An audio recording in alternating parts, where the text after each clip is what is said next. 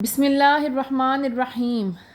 سورہ البقرہ کے پہلے، دوسرے اور تیسرے رکوع میں اللہ تعالیٰ نے منافقین، مومنین، کفار اور فاسق لوگوں کا ذکر کیا ہے۔ مومنین پر انعامات کی خوشخبریاں سنائی گئی ہیں، طرح طرح کی۔ کفار جو اللہ تعالیٰ سے کفر کرتے ہیں، انہیں دردناک عذاب کی نوعید سنائی گئی ہے۔ اور منافقین جو رات کو اقرار کرتے تھے کہ صبح اسلام قبول کریں گے، تو صبح اپنے شیطانوں کے ساتھ مل کر ہنسی مذاق کرتے تھے، مذاق اڑاتے تھے۔ ان لوگوں کے لیے دردناک عذاب ہے، اور اللہ تعالیٰ کی سب سے بدترین لوگ ہوں گے منافق۔ اس کے بعد فاسق، جو فساد پھیلانے والے، فساد مچاتے ہیں، صلح رحمی کی طرف توجہ نہیں کرتے، بس فساد پھیلاتے ہیں، رشتوں کو قطع کرتے ہیں۔ اور اس کے بعد آخر میں اللہ تعالیٰ نے کہا کہ میں بے جان لوگوں میں جو مر چکے ہوں گے نا، اللہ تعالیٰ نے وہ آیات نازل کی ان پہ کہ جو مر چکے ہوں گے میں ان میں دوبارہ جان ڈالوں گا، میں انہیں دوبارہ زندہ کروں گا۔ ان کے متعلق اللہ تعالیٰ نے آیات میں ذکر کیا ہے۔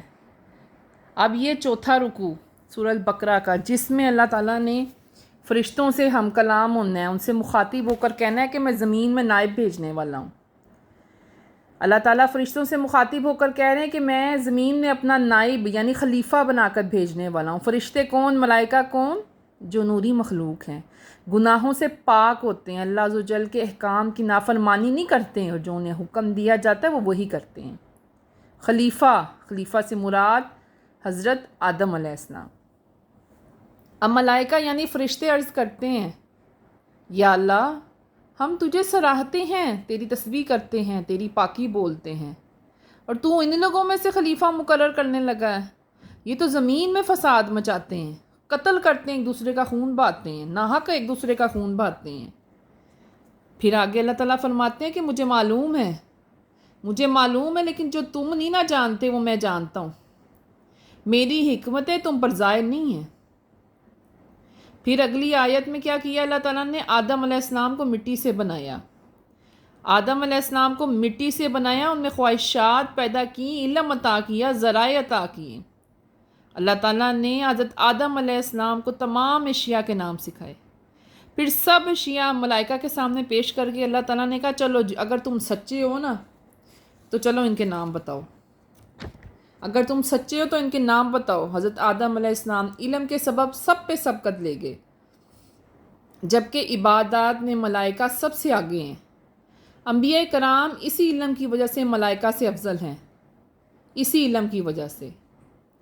جب آدم علیہ السلام بحیثیت خلیفہ بن کر اترے تو انہیں ہر چیز کا نام اور پیدائش کی حکمت معلوم تھی۔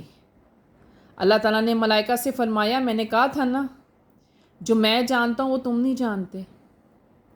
ادھر فرشتوں کو انسان کی فضیلت اور اس کو پیدا کرنے کی حکمت معلوم ہو گئی ان کو، وہ پہلے بے خبر تھے نا۔ بے شک اللہ تعالیٰ ہی بہتر حکمت والا ہے۔ اب اگلی آیات میں اللہ عز و جل نے آدم علیہ السلام کو تمام موجودات کا نمونہ اور روحانی اور جسمانی کا مجموعہ بنایا، ملائکہ کو حصول کمالات کا وسیلہ بنا دیا، اور انہیں حکم دیا کہ وہ حضرت آدم علیہ السلام کو سجدہ کریں۔ تو سارے فرشتوں نے حضرت آدم علیہ السلام کو سجدہ کیا، پر شیطان نے سجدے سے انکار کر دیا۔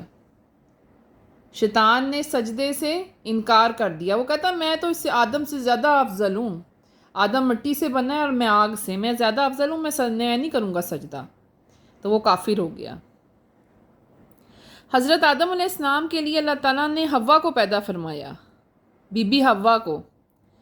پھر حضرت آدم علیہ السلام کو خلافت کے بعد موقع دیا کہ وہ اپنی بیوی کے ساتھ جنت میں جہاں چاہیں مرضی رہیں، رہائش اختیار کریں، جنت میں رہیں، جو چاہیں مرضی کھائیں، مگر صرف ایک درخت کا پھل اس کے پاس نہیں جانا۔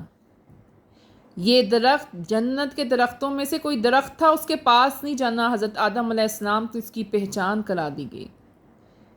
اور پھر ایک دن کیا ہوا؟ شیطان حضرت آدم علیہ السلام کے پاس پہنچ گیا اور اللہ کی قسم کھا کر کہنے لگا میں تمہارا خیر خواہ ہوں، میں تمہارا خیر اندیش ہوں۔ آپ کو خیال ہوا بھلا اللہ کی قسم بھی کوئی جھوٹی کھا سکتا ہے؟ شیطان نے اس درخت جس کا پھل توڑنے سے اللہ تعالیٰ نے قطعاً منع فرمایا تھا انہیں کھلانا شروع کر دیا۔ پہلے خود کھایا، پھر آدم علیہ السلام کو کھلایا، اور پھر حوا کو کھلایا۔ پھر وہاں جب ان سے یہ گناہ سرزد ہو گیا شیطان کے بہکانے سے، تو اللہ عز و جل نے فرمایا کیا اس جنت میں تمہارے لیے نعمتیں کافی نہیں تھیں، کم تھیں؟